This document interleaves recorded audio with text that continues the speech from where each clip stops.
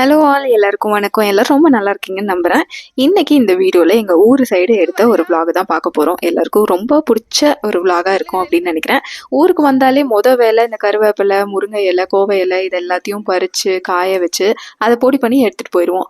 இதை இட்லி பொடிக்கு யூஸ் பண்ணுறது, அப்புறம் சப்பாத்தி மாவில் கலக்கிறது, சூப் போட்டு இல்லை ஏதாவது சூப் போடும்போது போட்டு குடிக்கிறது, இந்த மாதிரியான வேலைகளை பண்ணுவோம். முருங்கை தலை இப்போ இந்த சீசனில் என்னன்னு தெரியல நிறைய பூச்சி விழுந்திருந்தது. பெருசாக எந்த இலையும் நல்லா அப்படியே பலப்பலன்றெல்லாம் இல்லை, இருந்தாலும் அப்படியே மரத்துலேருந்து ஒடிச்ச கிளையிலேருந்து நல்லா தான் செலக்ட் பண்ணி எடுத்துக்கிட்டோம். முருங்கைக்காய் ஏதாவது ஒன்றாவது தேருமான்னு பார்த்தேன், ஒன்றுமே தேரலை, எல்லாமே முத்தி போச்சு. கடைசியாக எப்படியோ தேடி பிடிச்சி ஒரு 2 காயை எடுத்துட்டாச்சு. அதுதான் இன்னைக்கு சாம்பாரில் போடுறதுக்கு யூஸ் பண்ண போகிறோம். இந்த வீடியோ பார்த்தீங்கன்னா நியூ இயர்க்கு அடுத்த நாள் திருவாதிரை நோம்பி வருது இல்லையா, அன்னைக்கு எடுத்த வீடியோ. அன்னைக்கு எங்கள் ஊரில் நல்லாவே இந்த ஃபெஸ்டிவலை செலிப்ரேட் பண்ணுவாங்க. அம்மா வீட்டு சைடெல்லாம் இந்த பண்டிகை கிடையாது, ஆனால் இங்கே நல்லா பயங்கரமாகவே செலிப்ரேட் பண்ணுவாங்க. இங்கே சுமங்கலி பெண்கள் இருக்க வீட்டில் எல்லாமே இதை நல்லா செலிப்ரேட் பண்ணுவாங்க.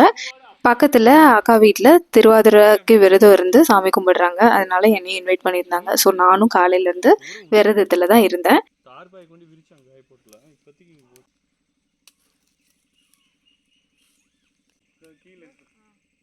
காலைல தூங்கி எழுந்திரிச்சோன்னா வேலையை அந்த முருங்கைத்தலை உடைக்க போயாச்சு. முருங்கைத்தலையெல்லாம் உடைச்சிட்டு வந்துட்டு தண்ணியை சூடு பண்ணுறதுக்கு விறகெல்லாம் போட்டு எரிக்கணும். இங்கே வாட்டர் ஹீட்டர் கிடையாது. ப்ளஸ் நிறைய தென்னை மட்டை, தென்னை ஓலை இதெல்லாம் கிடக்கிறனால அதெல்லாத்தையும் எடுத்து போட்டு எரிச்சாலே நிமிஷத்தில் தண்ணி சூடாயிரும். அதனால அந்த வாட்டர் ஹீட்டர் போடணும் அப்படிங்கிற எண்ணமும் வரல. செம்மு அண்டால இந்த மாதிரி தண்ணியை சூடு பண்ணி விறகு அடுப்பில் சூடு பண்ணி குளிக்கும்போது என்னமோ உடம்பு வலியெல்லாம் அப்படியே பறந்து போகிற மாதிரி இருக்கும். இந்த இந்த விஷயம் எனக்கு ஊரில் ரொம்ப ரொம்ப பிடிக்கும். அதனால இங்கே வந்தாலே இந்த தண்ணிக்கு தீ போடுற வேலை என்னோடது தான். எனக்கு ரொம்ப பிடிக்கும். எங்கள் அத்தை போடுறேன்னு சொல்லுவாங்க, அவங்கள நான் போடவே கூடாதுன்னு சொல்லி நானே போய் தென்னை மட்டை, பன்னாடை இதை எல்லாத்தையும் கலெக்ட் பண்ணிட்டு நானே தீ போடுவேன். ஆல்ரெடி வேணுங்கிறதெல்லாம் கலெக்ட் பண்ணியாச்சு.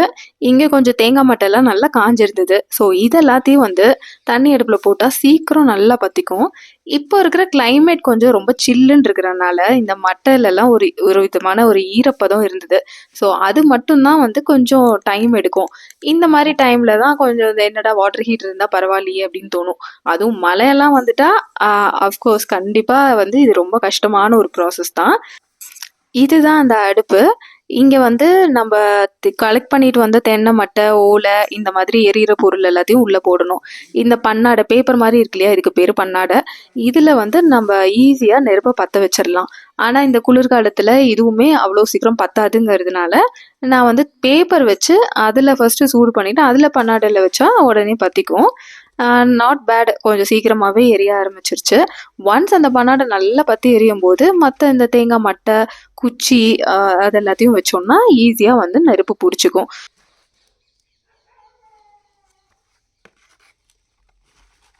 கிராமத்தில் இருக்கவங்களுக்கெல்லாம் இந்த விறகு அடுப்பை எரிய வைக்கிறது ரொம்ப சாதாரணமான விஷயம். ஆனால் டவுன்லேயே வளர்ந்து இந்த மாதிரி அடுப்பையே பார்க்காம இப்போ சிட்டியில் வாழ்ந்துட்டு இருக்கிற நம்மள மாதிரி ஆளுங்களுக்கெல்லாம் இந்த விறகு அடுப்பு ரொம்ப ஒரு அரிதான விஷயம்னு கூட சொல்லலாம்.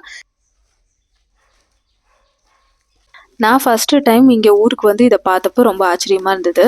இன்னொரு தடவை கோயிலில் பொங்கல் வைக்கும்போது விறகை எரிய வைக்கவே முடியல. அப்போ தான் தோணுச்சு ஒரு சின்ன விஷயம் நம்மளுக்கு பண்ண வரல அப்படின்னு சொல்லிட்டு. ஸோ அப்போ இதை கற்றுக்கணுன்னு ஆசைப்பட்டேன். அதே மாதிரி கற்றுக்கிட்டேன்.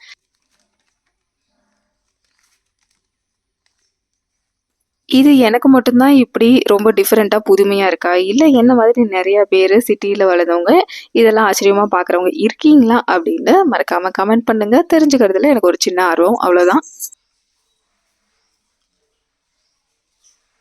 ஸோ இதில் ஒரு 1/2 மணி நேரம் 3/4 மணி நேரம் போயிடும். இருந்தாலும் அங்கே ஒன்றும் பெருசாக வேலை இல்லை. இப்போ போயிட்டு குக் பண்ணுறத வேலை மட்டும்தான். இன்றைக்கி திருவாதிரைங்கிறதுனால ஃபஸ்ட்டு குளிச்சுட்டு அதுக்கப்புறம் குக்கிங்கை ஆரம்பிச்சிடலான்னு தான் காலையிலேயே இந்த தீ போடுற வேலையை ஆரம்பித்தாச்சு.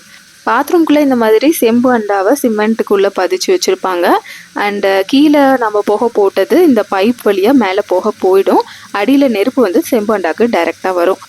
இந்த மாதிரி புகையை நம்ம இந்த மாதிரி டியூப் வழியாக விடுறதுனால இது ஒரு ஸ்மோக்லெஸ் ப்ராசஸ்னு சொல்லலாம். அண்டு நெருப்பும் நம்ம க்ளோஸ்டாக வச்சுருக்கிறதுனால வேஸ்ட் ஆகாமல் வேறு எங்கேயும் ஸ்ப்ரெட் ஆகாமல் ஏரில் அப்படியே டைரெக்டாக சீக்கிரமே ஹீட் ஆயிரும். ஒன்ஸ் சூடானதுக்கப்புறம் லைட்டாக ஒவ்வொருத்தராக அப்படியே குளிக்க ஆரம்பித்தோன்னா ஒரு 5-6 பேர் கூட லைனாக குளிச்சிடலாம் அந்த போட்டிருக்கிற கொஞ்சம் நெருப்புலையே. ஏன்னா அகைன் அண்ட் அகைன் அந்த பாத்திரத்து சூட்லேயே வந்துட்டு தண்ணி ஹீட் ஆகிட்டே இருக்கும். குறைய குறைய நாமளும் பைப்பில் ஃபில் பண்ணிக்கிட்டே இருக்கணும், அவ்வளோதான். பறிச்சுட்டு வந்த முருங்கைத்தலை, அப்புறம் நான் இங்கே தண்ணி தீ போட்டுட்டு இருக்கிறப்ப என் ஹஸ்பண்ட் வந்து கோவத்தலை எல்லாம் பறிச்சுட்டு வந்தார். அதை எல்லாத்தையும் நாங்கள் வெளியில் வாசலில் நல்லா ஒரு தார்பாய் விரித்து அது மேலே காய போட்டுட்டோம்.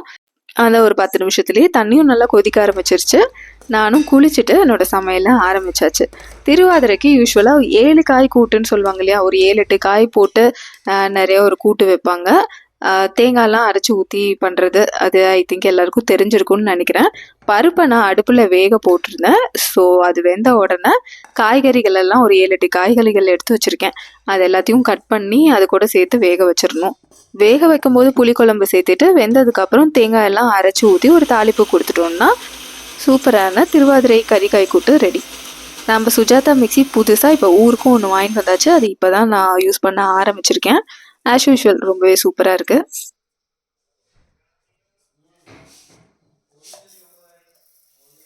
இந்த திருவாதிரை விரதத்துக்கு கண்டிப்பாக இந்த திருவாதிரை களி செய்வாங்க.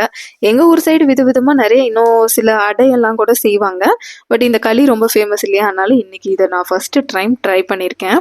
அங்கே அக்கா வீட்டில் சாமி கும்பிடுறாங்க. ஸோ அதனால் நான் பிரசாதமாக நான் இதை பண்ணி கொண்டு வரேன் அப்படின்னு சொல்லிட்டேன். அதுதான் நான் இங்கே பண்ணிக்கிட்டு இருக்கேன். பச்சரிசியும் பாசிப்பருப்பையும் நல்லா வறுத்துட்டு பொடி பண்ணி வச்சுக்கணும். ரொம்ப கொஞ்சம் குறவரப்பான ஒரு பொடி. அதை கொதிக்கிற தண்ணியில் நல்லா கலந்துட்டு கிண்டிகிட்டே இருக்கணும். ஒன்ஸ் அந்த வெந்து வரும்போது மேலே வெல்லத்தையும் அண்டு நெய்யில் வறுத்திருந்த முந்திரி, திராட்சை இது எல்லாத்தையும் சேர்த்து இறக்கிடணும். ஆல்மோஸ்ட் லைக் சக்கரை பொங்கல் மாதிரி தான் இருக்குது. ஆனால் அந்த களி பதத்துக்கு கொஞ்சம் நேரம் கிளறிக்கிட்டே இருக்கணும்.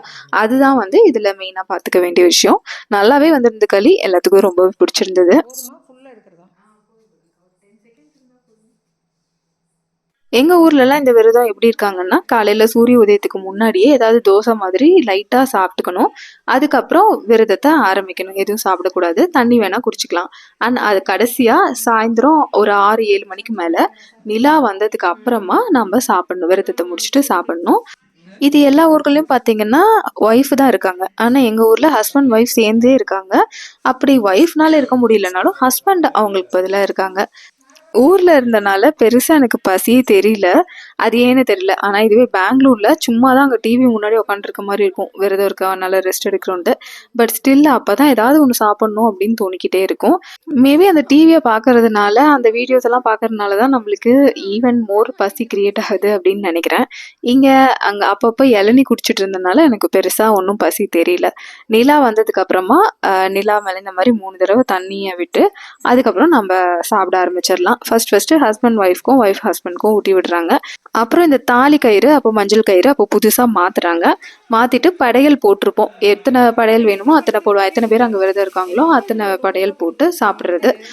எல்லாரும் இங்கே சேர்ந்து விரதம் இருந்ததுனால அப்படியே பேசிகிட்டே சாமி கோயிலுக்கெல்லாம் பூமாலை கட்டி கொடுக்குறதா இருந்தது. அது எல்லாத்தையும் வந்து கட்டிட்டு டைம் போயிடுச்சு. இங்கே அதுக்குள்ளே அக்கா வந்து சமையல் எல்லாம் ரெடி பண்ணிட்டாங்க. ஸோ சாமி கும்பிட்டோன்னா அன்றைக்கி விரதத்தை முடிச்சிட்டோம். இந்த வீடியோவில் எங்களோட வில்லேஜ் லைஃப் ஸ்டைலை உங்களோட நான் ஷேர் பண்ணியிருக்கேன். இதுவே நாங்கள் இன்னும் 2 நாளில் சிட்டிக்கு போயிடுவோம். அங்கே போய் அங்கே அதுக்கேற்ற மாதிரி மாறிப்போம். இப்படி தான் எங்களோட லைஃப் ஸ்டைல் போயிட்டுருக்கு. இந்த வீடியோஸ் எல்லாம் உங்களுக்கு பிடிச்சிருக்கான்னு மறக்காமல் கமெண்ட் பண்ணுங்கள். என்னோட வீடியோஸில் உங்களுக்கு ஷார்ட் வீடியோஸ் பிடிச்சிருக்கா இல்லை லாங் வீடியோஸ் பிடிச்சிருக்கா அப்படிங்கிறத மறக்காமல் கமெண்ட்டில் சொல்லுங்கள். உங்களோட ரெஸ்பான்ஸ்க்கு ஏற்ற மாதிரி நான் வீடியோஸை போஸ்ட் பண்ண ட்ரை பண்ணுறேன். ஒன்ஸ் அகேன் எல்லாத்துக்கும் very happy new year and by.